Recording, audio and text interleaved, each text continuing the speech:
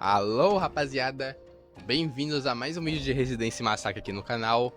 E finalmente chegou a vez do debunk. Eu queria muito falar sobre essa noite, mas vamos lá. Eu quero pular logo pra história, eu quero pular apresentações, porque eu realmente queria falar muito sobre essa noite. Então vamos lá. A história dessa noite é que ela é conectada com a noite 3. Basicamente ambas ocorrem ao mesmo tempo. Tanto que no teaser você conseguia ouvir o Worker gritando e ele arrombando a porta ainda. E que, eu me lembro bem, a porta que tá barrada, que a gente não consegue entrar, no caso, eu não tô falando da porta onde o Worker fica, onde o Worker, antes de virar a mutação fica, não, é a outra porta. Ali é a entrada do bunker.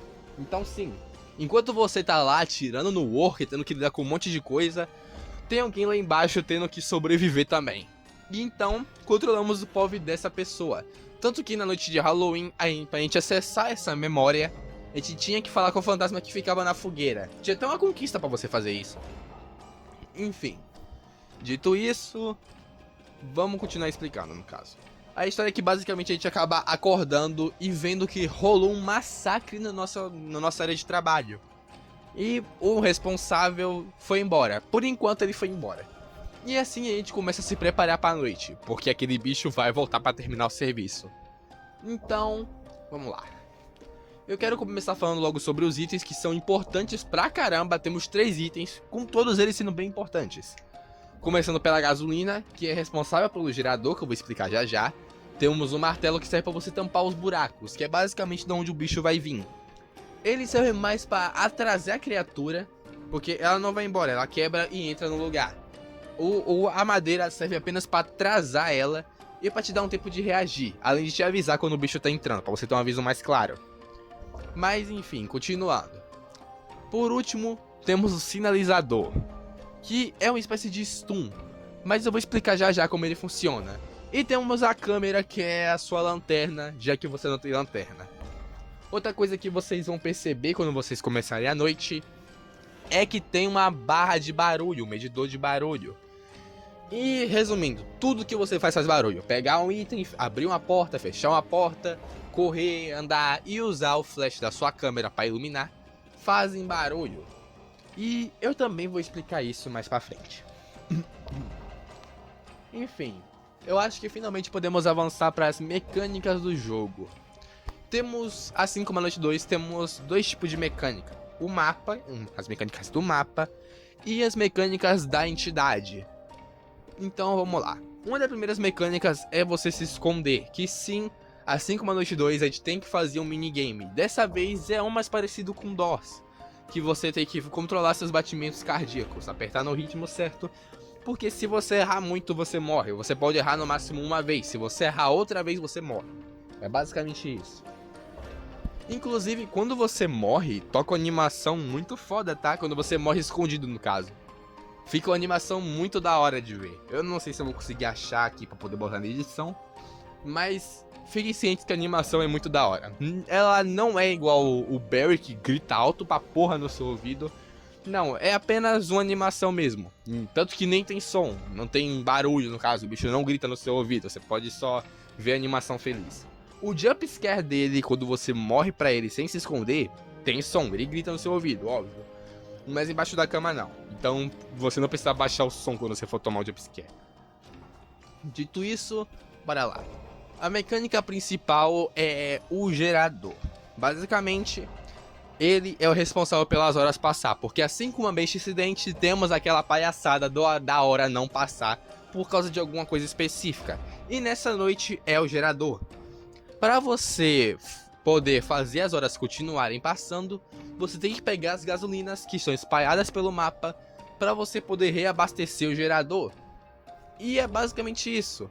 Mas o gerador é o de menos, porque temos as tarefas, que são painéis de energia que quebram de tempos em tempos e você tem que ficar indo lá consertar.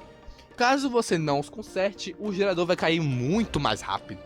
Pra vocês terem noção, se tiver 4 ou 3 quebradas, o gerador cai na hora. É praticamente na hora, você mal reabastecer ele já cai de novo. Então para fazer com que ele caia mais devagar, e assim você talvez tenha até a mesma chance de esquipar 2 horas, você tem que ficar consertando. Sempre conserte ele se você tiver tempo, para que o gerador possa durar mais. E assim seja mais fácil de lidar com a entidade, para você poder ver ela.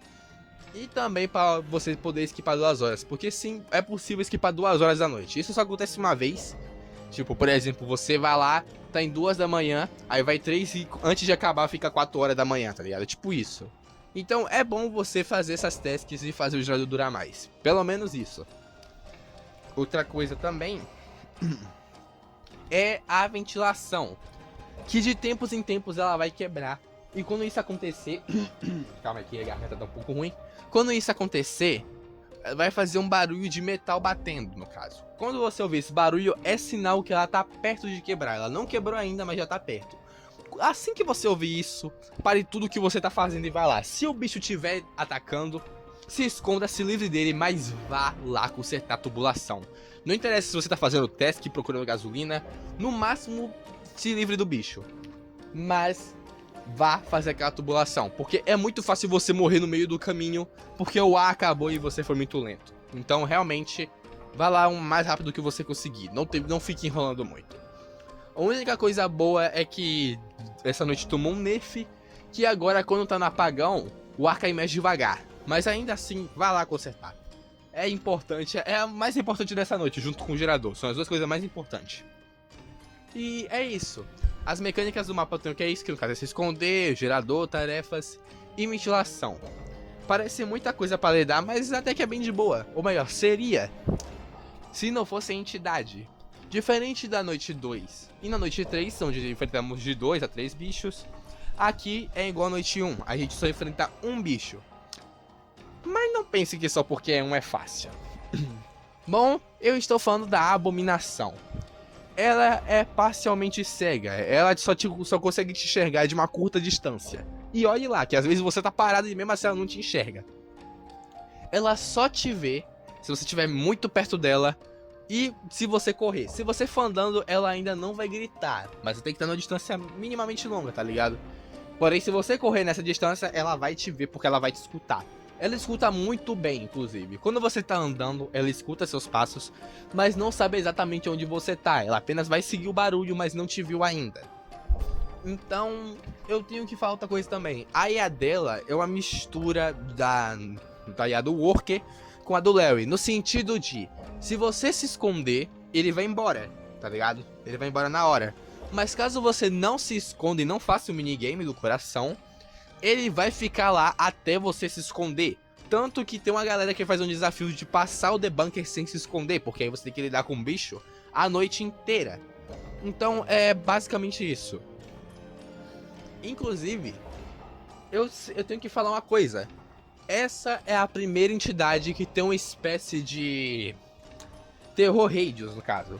Que é uma música que toca quando o bicho tá perto de você. E vai por mim. Você vai sentir medo dessa música. Quando ele tá perto de você, ele começa a fazer uns grunhidos, começa com uma música tensa, você ouve barulhos de passos. Inclusive os passos dele são bem pesados, tá? São bem pesadinhos o passo dele. Mas é isso. No geral, é isso. As mecânicas são essas. É bem simples e tudo se complementa bem. Ah, mas tem como me defender dele? Sim, tem. Mas não é do jeito que você pensa. Diferente da noite 2 e 3, que a gente stunava as criaturas, aqui a gente abusa e usa do iframe. Como a criatura tem um olho sensível à luz, você tem que usar a câmera nela para você poder deixar ela mais lenta. Ela não é stunada, ela só fica mais lenta. E é por um período de tempo bem curto.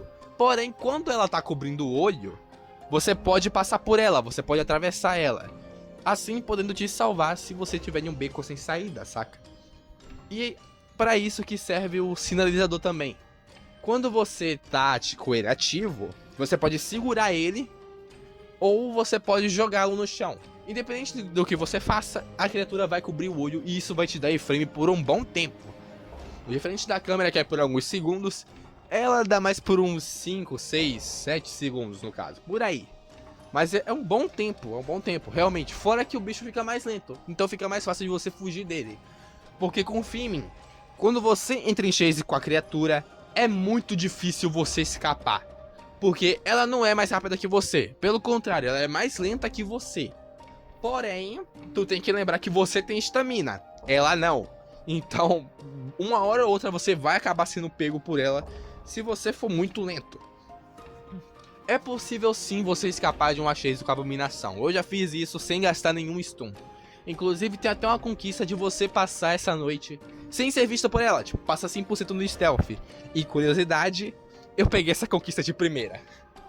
Não só essa, eu peguei a conquista de passar a noite, a conquista de passar sem se esconder e a conquista de fazer várias tasks ao mesmo tempo. Eu acho que eu platinei essa noite muito rápido, pra falar a real. Essa é a única memória que tem mais conquista que as outras. Mas enfim. É basicamente isso.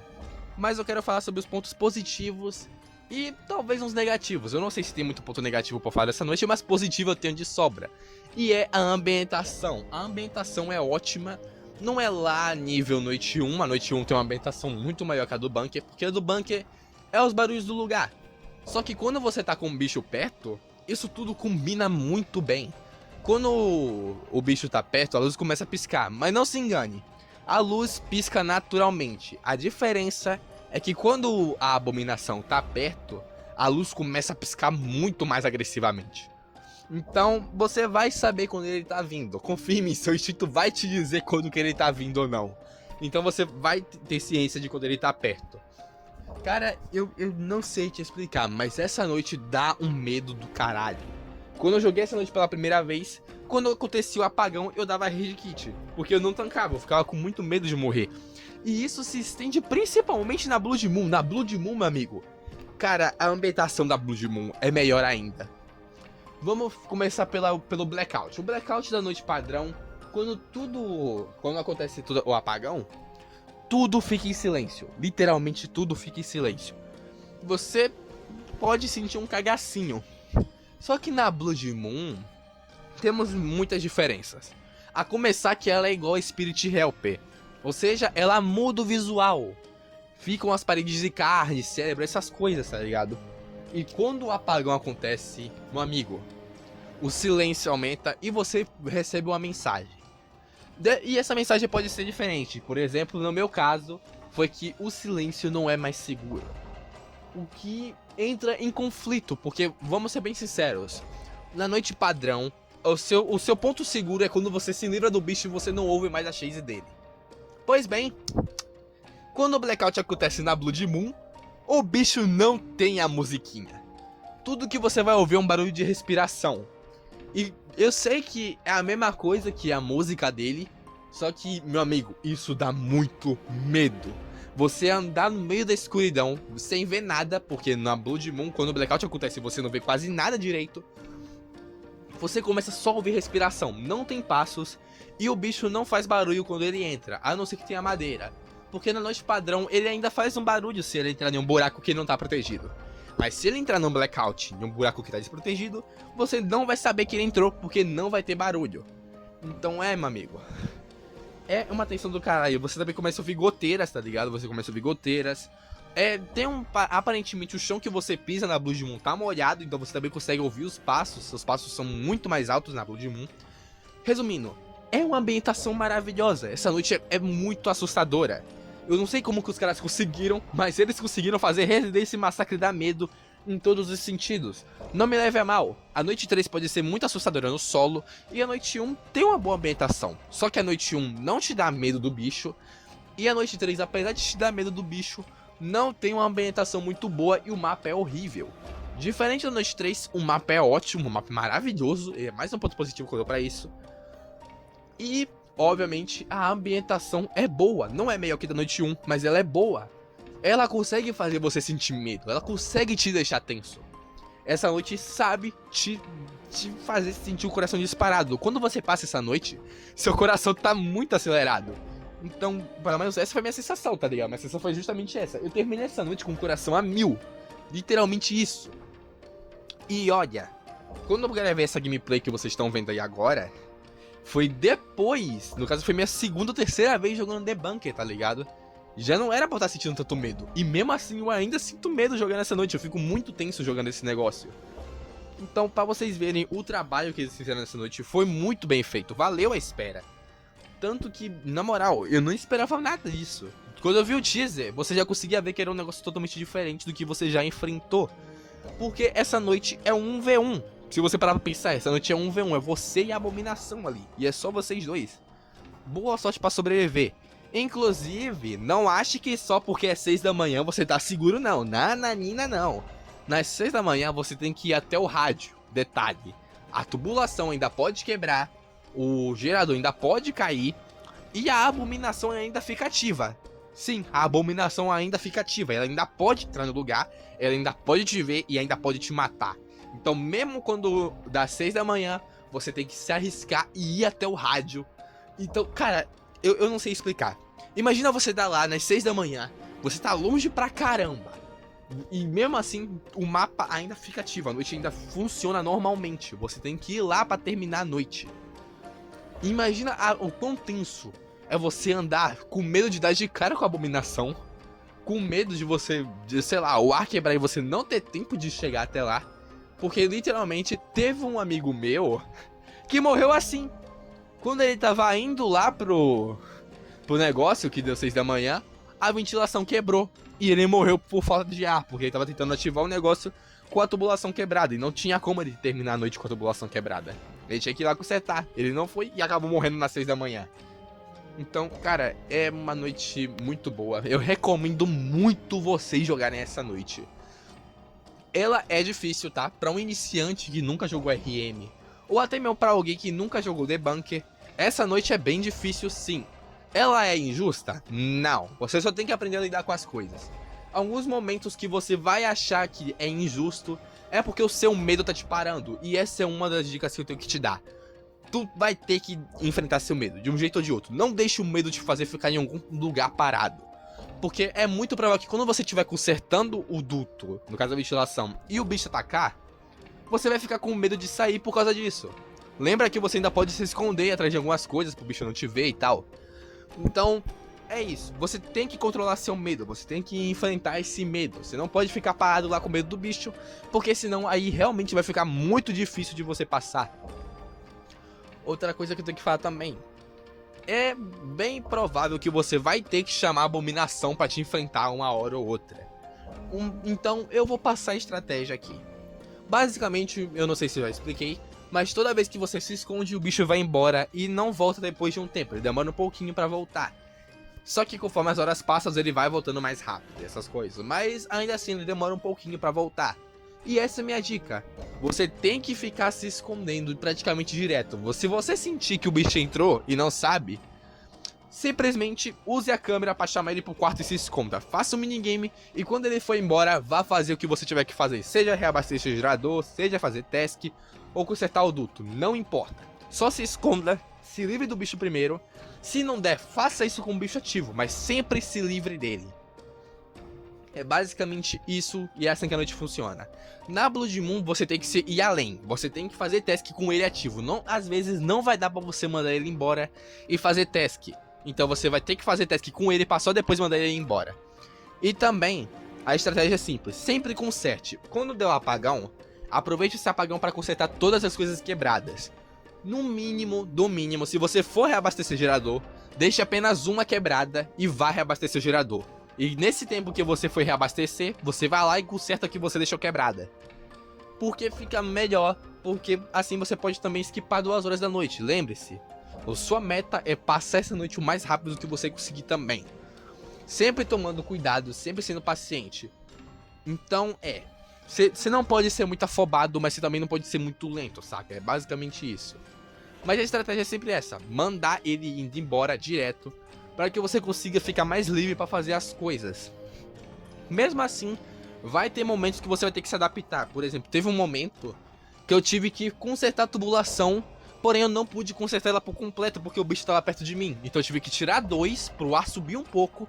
Aí eu me escondi atrás de uma pilastra, no caso atrás de umas caixas, esperei ele ir embora, consertei as outras 2 e me escondi de novo atrás das caixas. Então, basicamente, vai ter momentos que você vai ter que se adaptar ao bicho. Você vai ter que se adaptar ao momento que você tá ligado? Mas é isso. No geral, é bem padrão. Ah, e outra coisa que eu não posso esquecer. Se você se esconder no mesmo lugar mais de uma vez, a abominação te mata. Você tem que ficar trocando de quarto toda vez que você for se esconder. Então, já fique ciente. Toda vez que você se esconder em um quarto, grave o quarto que você se escondeu, pra você não fazer esse erro de se esconder no mesmo quarto. Porque aí você basicamente acabou com sua run. Enfim. Essa noite, vocês perceberam que eu não tive ponto negativo pra dar, né? Pois é, mano. Eu não consegui pensar em nenhum. Realmente eu não consegui pensar em nenhum. A não ser que é de padrão, que pra um iniciante ela é muito difícil, mas no geral, é uma boa noite. Simplesmente uma noite muito boa. Eu recomendo muito você jogar essa noite. E eu tô muito ansioso pra ver como que vai ser esse rework. Dito isso, deixa o like se gostaram da análise. E no foco do vídeo esqueci de falar as ordens das madeiras pra você colocar. Então eu vou falar isso agora. Quando você for colocar a madeira nos buracos, faça assim. Coloque 3 no buraco onde fica a tubulação. Porque assim, caso o bicho entre na hora que você estiver consertando o duto, você vai ter mais tempo de reagir. Fora que você vai saber quando que ele entrou. E o resto você pode colocar uma. Você pode até escolher qual buraco você vai querer colocar 2. Porque um vai ficar com 2, um vai ficar com 3 e o resto vai ficar com 1. É basicamente esse o esquema. Era só isso mesmo e foi mal. Esse foco aí do vídeo é muito burro, ele é muito burro. Eu resolvi um foco da edição pra corrigir ele aqui, pra dar o esquema pra vocês. Mas é isso. Me agradeçam depois aí por ter lembrado isso pra vocês. E falou.